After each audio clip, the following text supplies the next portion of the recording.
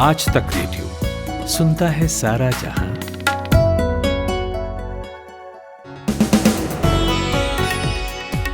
नमस्कार, स्वागत है आपका आज तक रेडियो के डेली इवनिंग न्यूज एनालिसिस दिन भर में।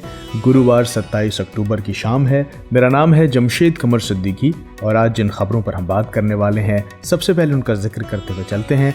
तो सबसे पहले तो बात करेंगे पेगासस मामले की जांच के लिए कोर्ट ने गठित की है एक जांच कमेटी, जिसमें यह कहा गया है कि केंद्र सरकार का इसमें कोई भी क्लियर स्टैंड नहीं है। तो ये किन पहलुओं पर जांच करेगी ये कमेटी, जानेंगे। उसके बाद चलेंगे मुंबई और जानेंगे कि NCB zonal director Sameer Wankhede की मुश्किलें कैसे बढ़ती जा रही हैं, उन पर क्या नए आरोप लगे हैं और क्या कहा गया है उनके आरोपों के जवाब में। इसके बाद बात करेंगे अमरिंदर सिंह की नई नाव से पंजाब में नए समीकरणों की। नई पार्टी की क्या चुनौतियां होंगी और क्या वो इसके जरिए कांग्रेस को कमजोर करेंगे। और आखिरी में जानेंगे कि केंद्र सरकार का वो कौन सा नया प्रस्ताव है जिसके बाद बच्चों के लिए दोपहिया वाहनों पर हेलमेट पहनना जरूरी हो जाएगा। तो होगा ये सब, लेकिन पहले जानते हैं दिन की बड़ी खबरें यानी कि हेडलाइंस खुशबू से।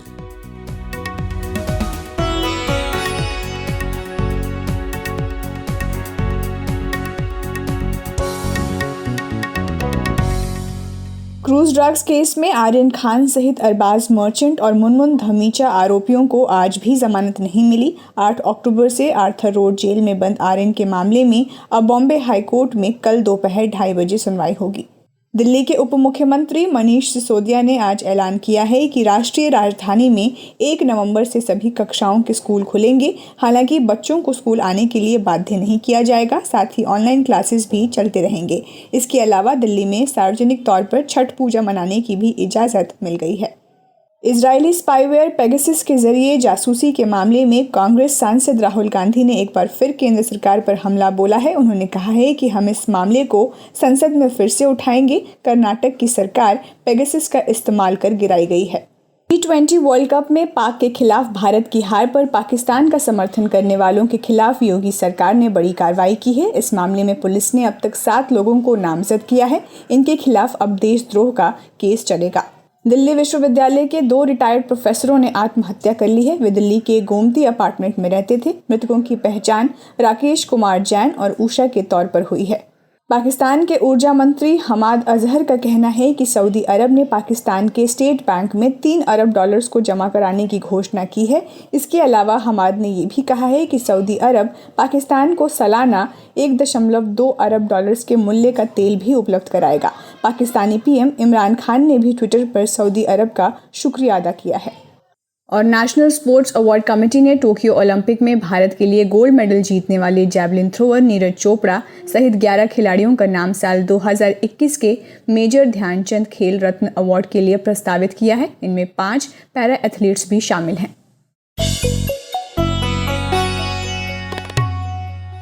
18 जुलाई को दुनिया के 17 अखबारों पोर्टल्स पर एक खबर छपी, जिस पर भारत समेत दुनिया भर में बवाल मच गया।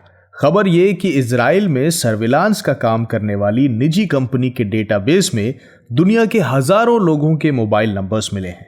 इजराइल की इस कंपनी का नाम NSO ग्रुप है और इसके जासूसी करने वाले स्पाईवेयर का नाम है पेगासस। तब से लेकर अब तक आरोप प्रत्यारोपों का दौर जारी है। सड़क से लेकर संसद तक विपक्ष की ओर से इस मुद्दे पर केंद्र सरकार को घेरने की कोशिश हुई। संसद में कई कार्रवाई स्थगित हुई। फिर इस मामले में सुप्रीम कोर्ट में पहली सुनवाई हुई 5 अगस्त को।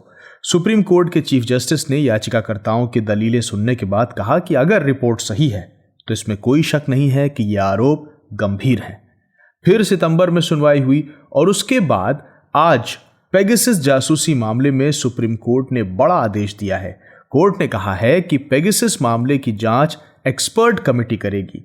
साथ ही कोर्ट ने इस मामले में साफ रुख पेश न करने पर सरकार की खिंचाई भी की। कोर्ट ने कहा कि केंद्र सरकार का कोई साफ स्टैंड नहीं है। देश के हर नागरिक के निजता की रक्षा होनी चाहिए। अगर निजता का उल्लंघन हुआ है तो इसकी जांच होनी चाहिए। कमेटी से कहा गया कि पेगासस से जुड़े आरोपों की तेजी से जांच करके अपनी रिपोर्ट सौंपे। 8 हफ्तों के बाद फिर से मामले की सुनवाई होगी। अब सवाल यह है कि जो कमेटी बनाई गई है जांच के लिए, वो आगे किन पहलुओं पर जांच करेगी। ये पूछा मैंने इंडिया टुडे टीवी में senior special correspondent Anisha Mathur से। देखिए, सुप्रीम कोर्ट की जो कमेटी है, 6 सदस्यीय कमेटी जो बनी है, उसमें सबसे बड़ी बात तो यह है कि टेक्निकल मेंबर्स डाले गए हैं। एक डिजिटल फोरेंसिक साइंटिस्ट हैं, 2 इंजीनियरिंग के प्रोफेसर हैं, तो वो जो हैं, और उनके अलावा सुप्रीम कोर्ट के रिटायर्ड जज हैं जो कमेटी की चेयरपर्सन रहेंगे। एक रिटायर्ड आईपीएस ऑफिसर हैं, एक सीनियर पॉलिसी एक्सपर्ट हैं। और ये सब जो हैं, इनको जिन पहलुओं पे तहकीकात करनी, वो 6 सवाल कोर्ट ने किए हैं। एक, कि क्या पेगासस सॉफ्टवेयर हिंदुस्तान के किसी भी नागरिक के फोन, कंप्यूटर या किसी और इलेक्ट्रॉनिक डिवाइस पर यूज हुआ है किसी भी तरह के लिए, कि उनके सर्वेलेंस के लिए, स्टोर्ड डेटा के एक्सेस के लिए, इंटरसेप्शन के लिए या किसी चीज के लिए इस्तेमाल हुआ भी है या नहीं। दूसरी चीज कि कौन वो लोग हैं जिनके ऊपर इस तरह का सर्वेलेंस अटैक हुआ है। तीसरा और सबसे इंपॉर्टेंट कोर्ट ने जो सवाल पूछा है वो ये कि सरकार ने 2019 में जब ये एलिगेशन उठे थे कि पेगासस सॉफ्टवेयर का इस्तेमाल व्हाट्सएप की हैकिंग के लिए हो रहा है, तो 2019 से अब तक में सरकार ने आखिर क्या कदम उठाए। उसके बाद कोर्ट ने यह भी पूछा है कि क्या केंद्र सरकार, राज्य सरकार या किसी भी और सरकारी एजेंसी ने पेगासस सॉफ्टवेयर की खरीद की है इजराइल से, क्योंकि याद रखिएगा ये जो सॉफ्टवेयर है, इजराइल की एनएसओ ने ये कहा था कि ये सिर्फ ऑथराइज्ड वेरीफाइड सरकारी एजेंसियों को ही बेचा जाता है। फिर ये कि क्या किसी भी एंटिटी ने इस सॉफ्टवेयर का इस्तेमाल किया है, और अगर किया है तो किस प्रोटोकॉल और किस ऑथराइजेशन के तहत इसका इस्तेमाल किया गया है। उसके बाद ये भी पूछा गया है कि सरकार के अलावा क्या किसी और डोमेस्टिक एंटिटी या व्यक्ति ने पेगासस सॉफ्टवेयर का अगर इस्तेमाल किया है तो क्या किया गया है, और अगर किया गया है तो किस बिना पर, किस ऑथराइजेशन और किस वेरिफिकेशन के तहत ये इसको किया गया है। सरकार को ये भी कोर्ट की डायरेक्शन है कि इस कमेटी को पूरी तरह से कोऑपरेट किया जाएगा।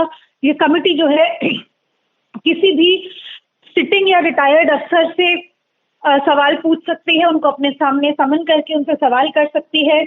इसके अलावा जो है इनको वो किसी भी तरह की जांच कर सकते हैं, यानी कि उनकी जांच का फॉर्मेट क्या रहेगा और किस तरह से रहेगा, इस पर भी सुप्रीम कोर्ट ने पूरी तरह से उनको छूट दी है। तो ये बहुत ही इंपॉर्टेंट कमेटी रहेगी। अच्छा अनीशा, कोर्ट ने सरकार की खिंचाई की है और नागरिकों की निजता के बारे में भी कंसर्न जताए हैं, तो इसके अलावा और कोर्ट में क्या हुआ, क्या कमेंट्स रहे? देखिए, सबसे इम्पोर्टेंट टिप्पणी तो आज कोर्ट ने ये कर दी है कि सरकार जो है वो नेशनल सिक्योरिटी का हवाला देकर जवाब देने से नहीं छुप सकती। सरकार हर बात पर नेशनल सिक्योरिटी का हवाला देकर जवाब देने से मना नहीं कर सकती, खासतौर से तब जब नागरिकों के फंडामेंटल राइट्स का सवाल है। दूसरी बात कोर्ट ने यह भी कही है कि अगर सरकार ने पहले ही साफ जवाब दे दिया होता तो हमें इसमें कूदने की जरूरत नहीं पड़ती। तीसरी चीज सरकार को यह भी कही गई है कि ये जो राइट टू प्राइवेसी यानी कि निजता का अधिकार है, वो एक फंक्शनल डेमोक्रेसी, गणतंत्र में सबका हक है। और इस पहलू में क्योंकि प्रेस फ्रीडम यानी कि मीडिया की फ्रीडम की बात आती है, इसलिए और भी ज्यादा जरूरी हो जाता है, क्योंकि अगर स्पाइंग हो रही है तो प्रेस के फ्रीडम पर बहुत गहरा और बहुत बुरा असर पड़ सकता है। जी, ऐसी बातें पहले ही होती रही हैं कि इस मामले की लीगैलिटी थोड़ी कमज़ोर है, यानी कहते हैं लोग कि कैसे साबित करेंगे कि जासूसी हुई ही है। तो क्या ये लीगैलिटी की कमज़ोरी इस मामले की बाधा बनेगी आगे? देखिए, लीगैलिटी की कमजोरी दोनों तरफ है। आप किसी भी इंडियन सिटीजन के ऊपर इस तरह की सर्वेलेंस कानूनी ढंग से नहीं कर सकते। कानून साफ है कि आप ऐसे ही किसी की सर्वेलेंस नहीं कर सकते। आपके पास उन पर शक करने के लिए ठोस सबूत होने चाहिए। तो एक तो ये बात है कि अगर सर्वेलेंस हुई तो हुई ही कैसे। दूसरी बात यह है कि क्या आप किस तरह से देखेंगे कि किसी के फोन में या लैपटॉप में या किसी भी और इलेक्ट्रॉनिक डिवाइस में इसकी सर्वेलेंस हुई। तो बात यह है कि कुछ जो लोग सुप्रीम कोर्ट आए थे, उन्होंने ये कहा था कि अगर सर्वेलेंस हुई तो हुई ही कैसे। 2019 में जब ये एलिगेशन उठे थे कि पेगासस सॉफ्टवेयर का इस्तेमाल व्हाट्सएप की हैकिंग के लिए हुआ है, तो सुप्रीम कोर्ट ने ये कहा था कि उन्होंने अपने फोन जो है अमेरिकन लैब्स में भेजे हैं, जिन्होंने ये कहा है कि हाँ, ये सॉफ्टवेयर उनके फोन में पाया गया है। दुनिया भर में, सिर्फ भारत में नहीं, दुनिया भर में इस बात की चर्चा हो रही है, इस बात पर जांच हो रही है कि किस तरह से ये स्पाइवेयर का इस्तेमाल हुआ। और क्योंकि अब ये कमेटी बिठाई गई है जिसमें फोरेंसिक एक्सपर्ट्स भी हैं, इंजीनियरिंग एक्सपर्ट्स भी हैं, और उनको कमेटी के पास ये भी पूरा हक है कि वो किसी भी ऑफिशियल को या एक्सपर्ट को अपने सामने बुला सकती है। तो अभी कमेटी देखेगी कि क्या वो इंटरनेशनल एक्सपर्ट्स को भी कॉल करेंगे ये देखने के लिए, क्या हो सकता है कि वो इजराइल की कंपनी जिन्होंने ये बनाया है सॉफ्टवेयर, उनसे ही जवाब मांग लेंगे किस तरह से देखा जाएगी कि अगर किसी डिवाइस पर ये सॉफ्टवेयर है। लेकिन अभी ये तो सभी आगे की बातें हैं, अभी ये देखा जाएगा किस तरह से इसकी जांच आगे की जाएगी। हमसे बात करने का बहुत शुक्रिया अनीशा माथुर।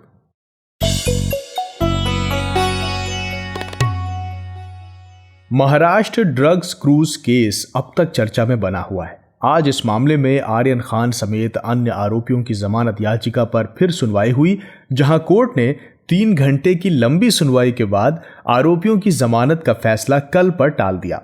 जमानत के पक्ष की दलील ये कि जब ड्रग्स किसी के पास से नहीं मिला, ड्रग्स लेने के कोई सबूत नहीं, तो फिर जमानत क्यों नहीं मिल रही है। उधर एनसीबी कह रही है कि आर्यन खान रसूखदार बैकग्राउंड से हैं, बेल दी तो साक्ष्यों से छेड़छाड़ कर देंगे। इन्हीं 2 अलग अलग तर्कों के बीच अदालत ने सुनवाई को कल तक के लिए टाल दिया। हमारे Aaj Tak radio reporter Mustafa Shaikh court room का पूरा अपडेट लेने के लिए शुरू से ही वहां बने हुए थे। पहले उनसे जान लेते हैं कि इस कोर्ट की प्रोसीडिंग्स के दौरान क्या बातें हुई। तो मुस्तफ़ा, कोर्ट में आज सुनवाई के दौरान क्या बातें सामने आई हैं, क्या दलीलें रहीं पक्ष और विपक्ष की? जी बिल्कुल, आर्यन खान और 2 और आरोपियों का जो बेल हियरिंग है वो बॉम्बे हाई कोर्ट में था। जस्टिस सांबरे के कोर्ट में ये पूरा हियरिंग चल रहा था।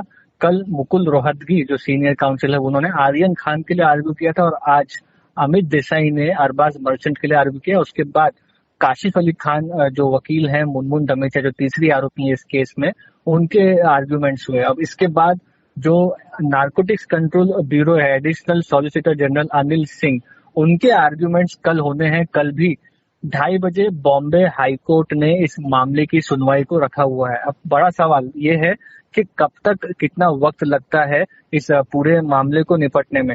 अगर आप जो डिफेंस लॉयर्स हैं उनके आर्ग्यूमेंट्स की बात करें तो मेनली उन्होंने यही कहा कि जो केस बनाया गया है वो केस कंजम्पशन का ज्यादा बनता है, क्योंकि अरबाज मर्चेंट के पास से ड्रग्स मिला था, लेकिन इसमें कॉन्स्पिरेसी कहीं भी दिख नहीं रही।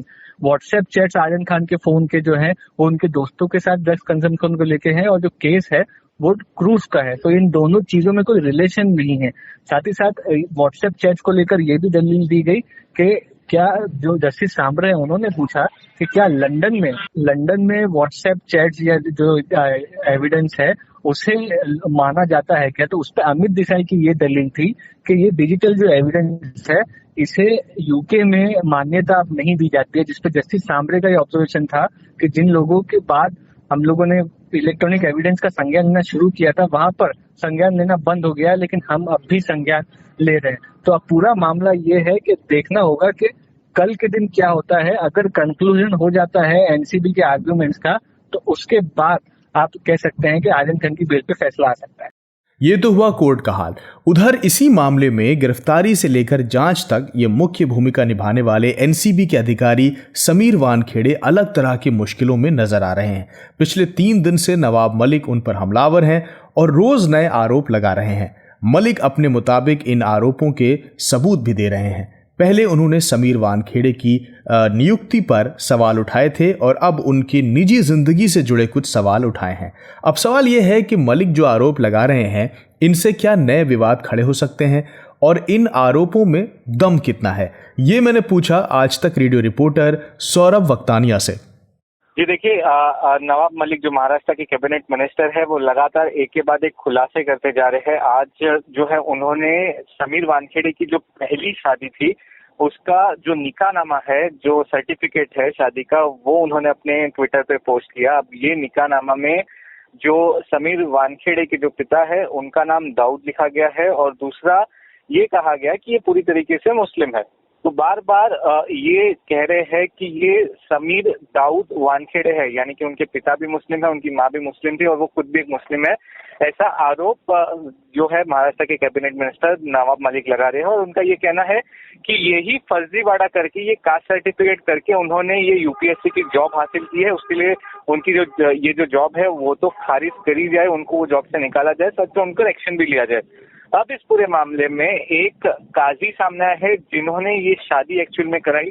आज तक उस काजी तक पहुंचा और काजी से जब हमने बात की तो उनका ये कहना है, काजी का नाम है काजी मुजम्मिल अहमद, ये एक मदरसा के काजी है ओशिवरा में।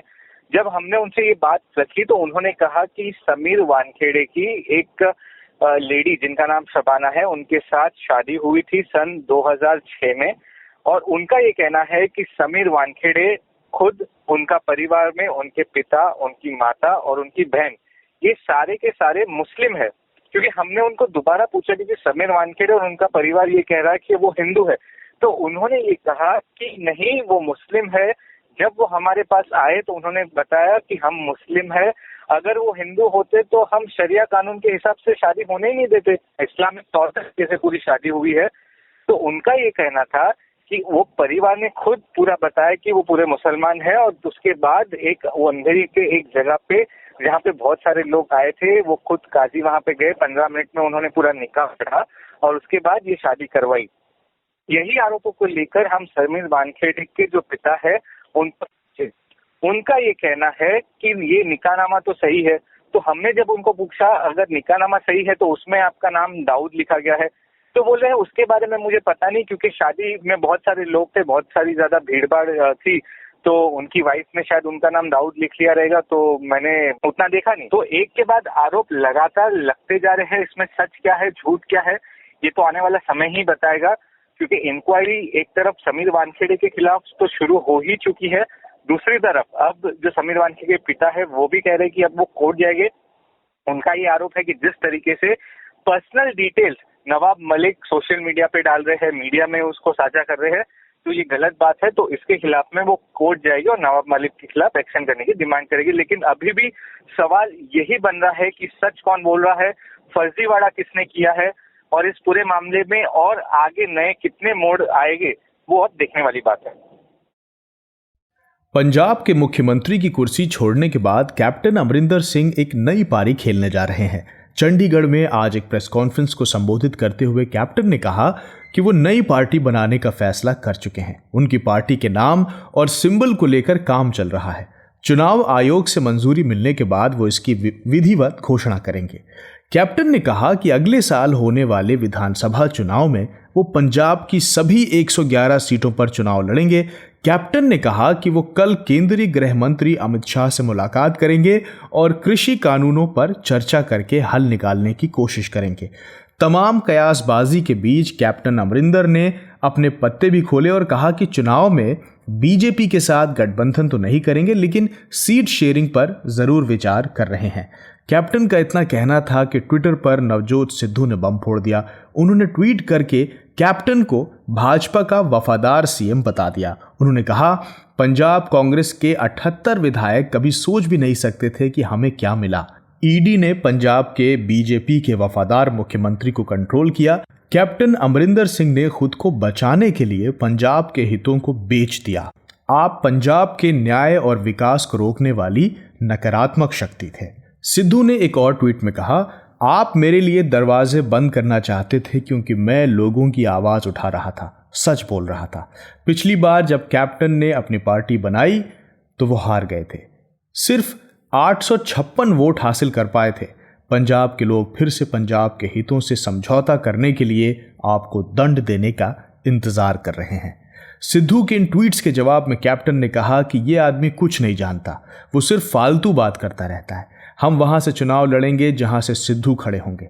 तो राजनीतिक बयानबाजी तो चलती रहेगी, लेकिन जब कैप्टन अमरिंदर सिंह ने अपने पत्ते खोल दिए हैं तो उस पर सवाल उठने भी लाजमी है। खासकर बीजेपी को लेकर जो बात उन्होंने की उसे समझने के लिए हमने फोन मिलाया पंजाब के सीनियर जर्नलिस्ट सरबजीत धालीवाल को और उनसे पूछा कि बीजेपी के साथ कैप्टन की ये किस तरह की अंडरस्टैंडिंग है। अलायंस नहीं है, फिर भी सीट शेयरिंग है। अमरिंदर के इस बयान के इस रुख के क्या मतलब है? देखिए, अमरिंदर सिंह टेक्टिकली मतलब बता नहीं रहा, असल में तो वह अलायंस ही होगा, मगर वह इसको अलायंस का नाम नहीं देना चाहता। मेरा ख्याल है उसको लग रहा है कि जो पंजाब में बीजेपी का विरोध हुआ है पिछले दिनों में, खास करके किसान आंदोलन लेकर, कि उसको लग रहा है कि उसका नुकसान ना हो जाए, मतलब उनका इस अगर जब वह अलायंस करता है, इसको अलायंस का नाम देता है। सीट एडजस्टमेंट का मतलब क्या होता है? अलायंस में भी सीट एडजस्टमेंट ही होती है। पहले अकालियों का और बीजेपी का, भाजपा का अलायंस होता रहा है पंजाब में, तो वहां भी सीट शेयरिंग होती थी। 23 सीट्स का अपना भाजपा को मिलती थी और बाकी सीट्स पर अकाली दल अपना श्रोमणी अकाली दल चुनाव लड़ता था। तो पहले भी ऐसे ही होता है। मेरा ख्याल है कि वो टेक्निकली इसको अवॉइड करना चाहता है, लोगों को बताना नहीं चाहता कि मैं उनके साथ अलायंस किया है, क्योंकि अगर वो इलेक्शन कैंपेन पे जाता है इस मुद्दे पर अलायंस करके जाता तो उसको प्रॉब्लम आ सकती है। कई जगह किसान उसका विरोध कर सकते हैं। तो इस कारण मेरा ख्याल है कि वो इसको अलायंस का नाम नहीं देना चाहता, सिर्फ कह रहा है कि सीट एडजस्टमेंट होगी। तो सीट एडजस्टमेंट होगी तो वोटर तो डालेंगे ना, भाजपा वाले अमरिंदर की पार्टी को वोट डालेंगे और अमरिंदर के सपोर्ट भाजपा को वोट डालेंगे। तो एक ही बात है, फिर उसमें तो कोई फर्क नहीं है। लेकिन मेरा ख्याल है कि टेक्टिकली या स्ट्रेटेजिकली वो इसको अलायंस का नाम नहीं देना चाहता। अच्छा, बीजेपी के साथ इस रणनीतिक साठगांठ का कैप्टन को कुछ फायदा भी मिलेगा क्या? देखो, कुछ तो अभी भी विरोध चल ही रहा है ना लोगों में कि भाजपा के साथ अलायंस में क्यों एंटर कर रहा है। खास करके जो किसान लोग हैं, जहाँ जो गांवों के लोग हैं, तो वो तो उसका विरोध कर रहे हैं। तो उसका नुकसान तो उनको हो सकता है, थोड़ा मोटा तो नुकसान होगा, पर उसका फायदा शहरों में भी हो सकता है। क्योंकि अगर वो भाजपा के साथ अलायंस में एंटर कर जाता तो पंजाब में 3-4 बड़े शहर हैं, जैसे कि जलंधर हो गया, अमृतसर हो गया, गुरदासपुर हो गया, फिर पठानकोट हो गया, जहां बीजेपी का काफी दबदबा है, मतलब काफी उसकी फॉलोइंग है। आपने देखा होगा कि सन्नी देओल 10 दिन पहले आया था और एमपी की सीट जीत कर चला गया गुरदासपुर से। तो ऐसे इलाके हैं जहां अमरिंदर को फायदा हो जाएगा, या अमरिंदर के कैंडिडेट्स को फायदा होगा, इसीलिए वो भाजपा के साथ अलायंस कर रहा है। अगर आप दूसरी बात देखिए आप कि पंजाब में क्या होगा इस बार, पंजाब में जो किसानी की वोट है, या जो गांवों की वोट है, जो पिंडू इलाके की वोट है, वो 3-4 दलों में बंट जाएगी। एक पास से श्रोमणी अकाली दल होगा, दूसरी पास से आम आदमी पार्टी होगी, तीसरी तरफ कांग्रेस होगी, और हो सकता है कि चौथी जो अभी ढींडसा की पार्टी भी थोड़ी मोटी वोट तो लेगी, है ना, जो ज्यादा नहीं लेगी, उसकी जो संख्या ज्यादा नहीं होगी, तो गिनती तो वो भी वोट कुछ ना कुछ तो लेगी। तो ऐसे गांवों की वोट इस बार ज्यादा, उसका बंटवारा बहुत ज्यादा होगा, 3-4 जगह हो जाएगा। तो अगर शहरों की वोट अमरिंदर और भाजपा के साथ कंसोलिडेट कर जाती है तो अमरिंदर को इस इलेक्शन में, इस चुनाव में काफी फायदा हो सकता है, बड़ा फायदा हो सकता है। तो स्ट्रेटेजिकली वो मेरा ख्याल है ऐसी अप्रोच लेकर चल रहा है कि उसको भाजपा के साथ सीट एडजस्टमेंट करनी चाहिए, अलायंस नहीं करना चाहिए। अगर गांवों में उसको थोड़ी मोटी 2-4% वोट मिल जाती है तो उसको इसका फायदा रहेगा। जी, ये भी बताइए कि अमरिंदर ने कहा है कि कांग्रेस के और भी लोग उनकी पार्टी का हिस्सा बनेंगे, तो ये कौन लोग हैं और अमरिंदर कांग्रेस को कितना कमजोर कर सकते हैं? तो उसका तो देखो, पहली बात तो स्पष्ट है, बिल्कुल स्पष्ट बात है ये कि वो तो कांग्रेस को ही हराना चाहता है, वो बदला लेना चाहता है कांग्रेस को। ही इज फीलिंग हार्ट, जिसको बोलते हैं ना, वो एक जख्मी शेर की तरह है, तो वो जख्मी शेर की तरह ही बर्ताव कर रहा है इसमें। वो कांग्रेस, उसका जो मुख्य मुद्दा है, जो विषय, मतलब वो जो उसकी सारी स्ट्रेटजी है, वो तो कांग्रेस पर केंद्रित है। वो कांग्रेस को हराने के लिए सब कुछ कर रहा है। सो नुकसान तो कांग्रेस का करेगा। इसीलिए आप देखा होगा कि दूसरी पार्टियां बहुत कम बोल रही हैं उसके खिलाफ, कांग्रेस वाले सबसे ज्यादा बोल रहे हैं। आज देखा होगा आपने कि 4-5 ट्वीट लगातार किए हैं नवजोत सिंह सिद्धू ने, प्रगट सिंह ने भी उसके खिलाफ बयान दिया है। डॉक्टर राजकुमार वेर का, जो कभी अमरिंदर सिंह का बहुत तगड़ा सपोर्ट होता था, बहुत मतलब उसके हक में बोलता था, लगातार हर रोज ही बोलता था टीवी चैनल पर, वो भी आज उसके खिलाफ बोला है।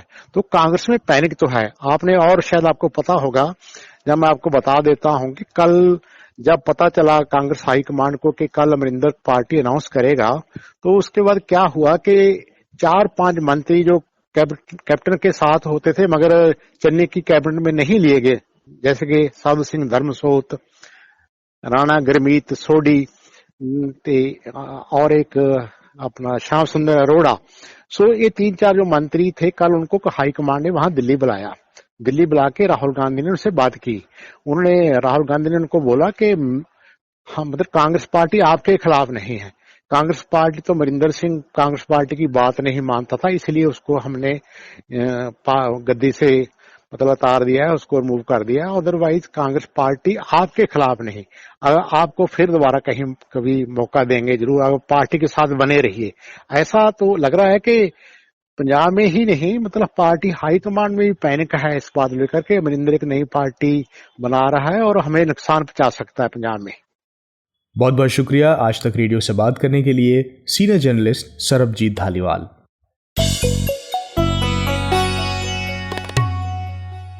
मर्जी है आपकी क्योंकि सर है आपका, हेलमेट जरूर पहने।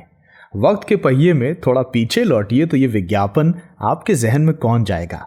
रोड सेफ्टी को लेकर भारत में आई जागरूकता के तौर पर यह विज्ञापन शुरुआती मील के पत्थर जैसा है। हालांकि इसके बाद से लेकर मौजूदा वक्त तक आते आते तमाम सरकारी और गैर सरकारी कोशिशें हुई ताकि सड़क सुरक्षा को इम्पोर्टेंस दी जा सके। इसी कड़ी में है वो मसौदा जो केंद्रीय मंत्री नितिन गडकरी के सड़क परिवहन और राजमार्ग मंत्रालय ने आम लोगों की राय जानने के लिए जारी किया है। इसके मुताबिक अब सरकार 2 व्हीलर पर पीछे बैठे बच्चों के लिए भी हेलमेट अनिवार्य करने जा रही है।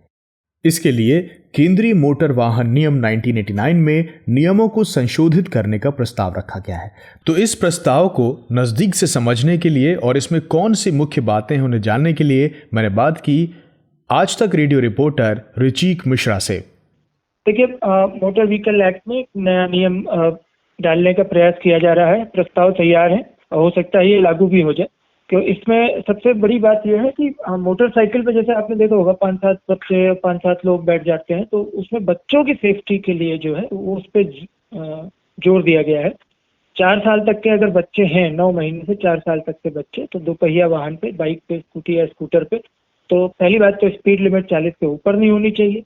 दूसरी, उन्हें क्रैश हेलमेट पहनाना होगा। क्रैश हेलमेट मतलब हमारा जो सामान्य हेलमेट है उसी को क्रैश हेलमेट कहते हैं। बस अच्छी क्वालिटी का होना चाहिए ताकि अगर बदकिस्मती से चोट लग जाए या गिर जाए तो सुरक्षा मिल सके। मतलब अगर हस्बैंड वाइफ और बच्चा बैठे तो तीनों को हेलमेट पहनना होगा। तीसरी बात कही गई है कि उसमें सेफ्टी हार्नेस होगा। अगर कभी आप लोगों ने ध्यान दिया हो तो गाड़ियों में कार होते हैं उसमें पीछे की सीट पे एक अलग सी ऊंची सी उठी हुई कुर्सी नुमा रहता है और जिसमें बच्चे को बिठा दिया जाता है, वो गाड़ी की सीट के साथ फिक्स हो जाता है। वैसा ही एक सेफ्टी हार्नेस जो है वो बाइक के लिए तैयार किया गया है। वो बाइक में लगेगा, उसमें बच्चे आराम से बैठ सकेंगे और सीट बेल्ट से उनको टाइट बांधा जा सकता है ताकि गिरे नहीं। और इसका मतलब ये नहीं कि सेफ्टी हार्नेस पहना दिया तो आपको हेलमेट नहीं पहनाना है, हेलमेट भी पहनाना होगा और सेफ्टी हार्नेस भी लगाना होगा। और अगर इन दोनों नियमों में से किसी भी एक नियम का पालन नहीं होता है तो हो सकता है कि 1000 रुपए का जुर्माना हो और या फिर जो गाड़ी चला रहा है उसका ड्राइविंग लाइसेंस 3 महीने के लिए रद्द कर दिया जाए। रिची, किस नई चर्चा में एक शब्द सेफ्टी हार्नेस बार बार आ रहा है, ये क्या होता है, इसके बारे में जरा बताइए। सेफ्टी हार्नेस जो होती है वो असल में अगर आपने कभी फ्लाइट के पायलट को देखा हो तो उनका जो बेल्ट होता है वो कंधे से नीचे आता है और कमर में एक हॉरिजॉन्टल बेल्ट होती है और 2 क्रॉस वर्टिकल बेल्ट होती हैं, तो वो नीचे आकर के कमर में लगती है और दोनों कंधों के साथ। तो आपका कंधा जो है वो एक तरीके से वाई शेप की बेल्ट होगी, दोनों कंधों से नीचे आएगी और नीचे कमर पे बेल्ट में बंध जाती है। तो ये बेल्ट जो है वो कुर्सी के साथ अटैच होती है, छोटी सी कुर्सी होती है बच्चों की, बड़ी प्यारी सी गद्देदार, उसमें वो बच्चे बैठते हैं, उसी को ये सेफ्टी हार्नेस कह रहे हैं। और इसमें अगर एक बार बच्चा बैठ जाता है, जैसे जो प्लेन के पायलट सीट बेल्ट लगाते हैं उस तरह का हार्नेस होता है, तो उसके बाद वो बहुत सेफ हो जाता है। मतलब अगर गाड़ी बिना एक्सीडेंट के भी अगर दाएं बाएं गिरती है तो बच्चा उसमें चोट नहीं खाएगा, टकराएगा नहीं, बच्चा गोद से छिटक के कहीं दूर नहीं जाएगा, वो उसी के अंदर रहेगा। तो ये सेफ्टी हार्नेस की सुविधा है। हमसे बात करने का बहुत बहुत शुक्रिया रुचिक मिश्रा। तो इसी जानकारी के साथ दिन भर का ये पॉडकास्ट यहीं खत्म करते हैं। कैसा लगा आपको ये पॉडकास्ट हमें ज़रूर बताइएगा। आज तक रेडियो के दूसरे पॉडकास्ट के बारे में भी आप अपनी राय हमें ज़रूर दीजिए। हमारा पता है radio@aajtak.com। तो इसी के साथ आज के लिए अलविदा, कल फिर मिलेंगे। इस पॉडकास्ट के प्रोड्यूसर थी खुशबू और साउंड डिज़ाइन था कपिल देव सिंह का, और मेरा नाम है जमशेद कमर सिद्दीकी। सुनते रहिए आज तक रेडियो। नमस्कार।